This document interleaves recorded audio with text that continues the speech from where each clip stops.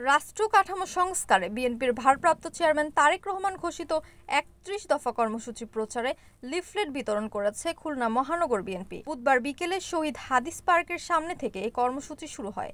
Leaflet বিতরণ শেষে নগরীর খানে সবুর রোড, পিকচার প্যালেস, ফেরিঘাট মোড় হয়ে খান জাহান আলী রোড ঘুরে রয়্যাল মোড়ে সংক্ষিপ্ত পথসভা অনুষ্ঠিত হয়। কর্মসূচিতে খুলনা মহানগর বিএনপির সভাপতি অ্যাডভোকেট শফিকুল আলম মনা, জেলা বিএনপির আহ্বায়ক মনিরুজ্জামান মন্টু, মহানগর বিএনপির সাধারণ সম্পাদক শফিকুল আলম তুহিন সহ বিএনপি অঙ্গ সংগঠনের নেতাকর্মীরা অংশ নেন। বক্তারা বলেন, তারেক রহমানের ঘোষিত ৩১ দফা শুধু একটি রাজনৈতিক কর্মসূচি নয়, এটি জনগণের অধিকার, গণতন্ত্র ও রাষ্ট্র পুনর্গঠনের নকশা।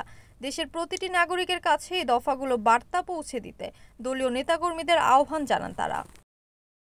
এই রয়্যাল মোড় থেকে শিববাড়ির দিকে আমরা পদযাত্রা শুরু করব। সবাই রাজি তো? রয়্যাল মোড় থেকে শুরু হবে, শিববাড়ির মোড়ে গিয়ে শেষ হবে। আমরা বলতে চাই, এই নগরী হচ্ছে তারেক রহমানের নগরী, এই নগরী খালেদা জিয়ার নগরী। এই নগরীতে যারা তারেক রহমানের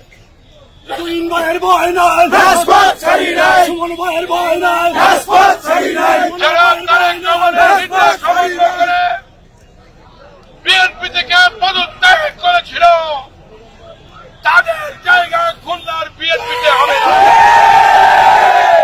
তাদেরকে কোন জায়গা আমরা খুলনার বিএনপিতে দেব না। আজকে বিএনপিতে যারা আন্দোলনের নামে পালিয়ে গিয়েছিল গত 4 বছর, তাদের জায়গাও খুলনার বিএনপিতে হবে না।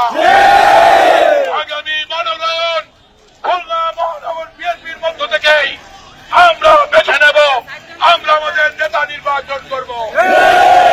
এর বাইরে কোন পদত্যাগী, কোন অপরাধীপ্রাপ্ত ব্যক্তিকে খুলনার মানুষ দেখতে চায় না। আমি আজকের এই সমাবেশ সফল করার জন্য, পদযাত্রা সফল করার জন্য সকল স্তরের নেতা কর্মীদের বিপ্লবী শুভেচ্ছার অভিনন্দন জানিয়ে, ধন্যবাদ জানিয়ে, আগামীকাল সকাল 11টায় এখান থেকে পদযাত্রা হবে। সবাইকে পদযাত্রা অংশগ্রহণ আহ্বান জানিয়ে এবার সভাপতি বক্তব্য রাখছেন খুলনা মহানগর।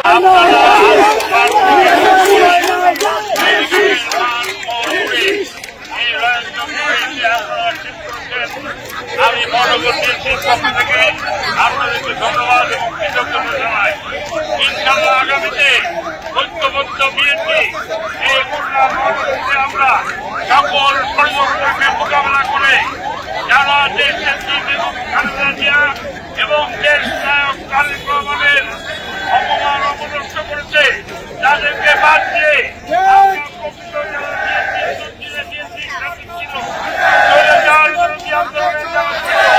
তাদেরকে নিয়ে আগামী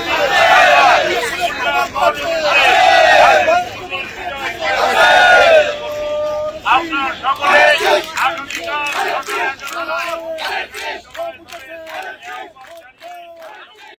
মামুন হাসান, NAN TV, খুলনা।